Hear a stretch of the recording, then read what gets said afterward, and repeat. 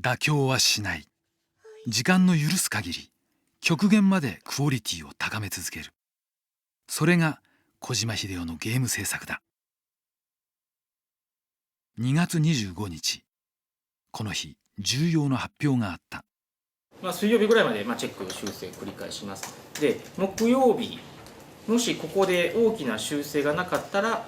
もうそれを金曜日にマスタリングしてファーストマスターは終わります。ファーストマスターとはハードメーカーに提出するディスクのこと。このディスクをもとにさまざまな検証が行われる。バグが発見されればマスターは再提出になる。だが社内の雰囲気は奇妙に明るい。小島監督にその理由を聞いた。ランナーズハイじゃないんですけど、ゲーム開発ハイみたいな状態になる時があって、もう楽しくてしゃあないんですよね。だから予定は予定であるんですけど、眠たくもなければどんどん仕様を入れて面白くして、次の日また面白くなってるんで、それは一人一人の意識として残るとすごいパワーになるんですよ。時間の許す限りクオリティを上げ続けるスタッフたち。空の色味をちょっと再調整してました。3度目の正直で滑り込みで調整させてもらってます。当然面白くしたいっていう気持ちはすごく強いので、これはちょっと押せばできそうだと思えばちょっとプログラマーの方に強引に割って入って無理やりお願いするということもあります。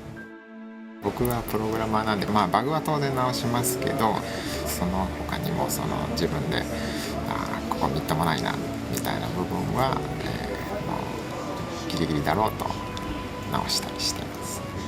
ゲームってもう最後の最後にまとまってくると出来上がっていくものなんで、ちょっと出来上がってくるとテンション上がってきますよね。製品のスケジュールを見て立ち止まることも一つの勇気だとは思うんですけど、でもそれをもし頑張って入れられるものならいいものになるって時に、できるだけいいものにしたいっていうのはやっぱりどうしてもスケジュール関係なく出てきますよね。その思いがゲームのクオリティを急速に高めていく。す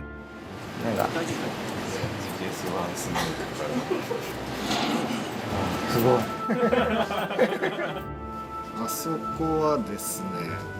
ヘリに乗ってるスネークの顔が一瞬 MGS1 の方のローポリゴンの顔から始まるというちょっとした小ネタなんですけど、とりあえず何でもいいからやってみようということでスタッフに依頼したんですよ。そして1時間後ぐらいに「できました!」とかいきなり言われて、で見に行ったらモーフィングみたいな感じで、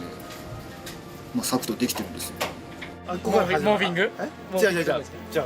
あっこから始まる。ふわって言った時にもう顔が出てヒュッと変わるから。最初のサニーちゃんの声は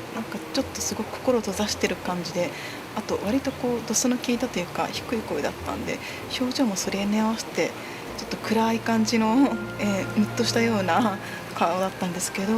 2回目はちょっともっと悲しそうなっていうか寂しそうな顔になったし、笑うところももっと柔らかい感じの笑い方になったんで、ちょっと可愛く見えるようになったと思います。やはり時間も労力もかかったので、その東欧のラスト、米軍がリギッドを囲むところをちょっと見ていただきたいなと。表示しているキャラ数ですとか、あとエフェクト数、あと街並みもかなり大掛かりなものになってまして、かなり大変な作業にはなったんですが、なんとかメタルクオリティのものに達しているものが出せたかなと自分では自信を持ってます。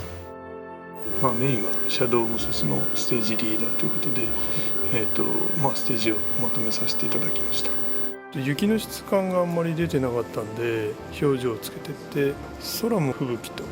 雰囲気がすごく合うようにしています。一人一人の粘りがゲームをより面白くしていく。そして2月29日、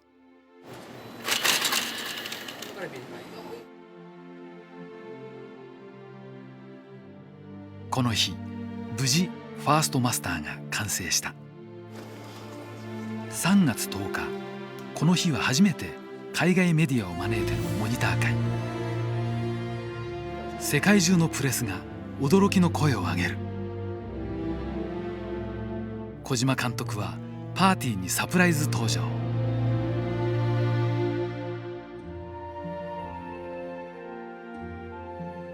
本当に人を驚かせるのが好きな人だ。最後にこんな質問をぶつけてみた。まだちょっと決めてませんけど、若いクリエイターに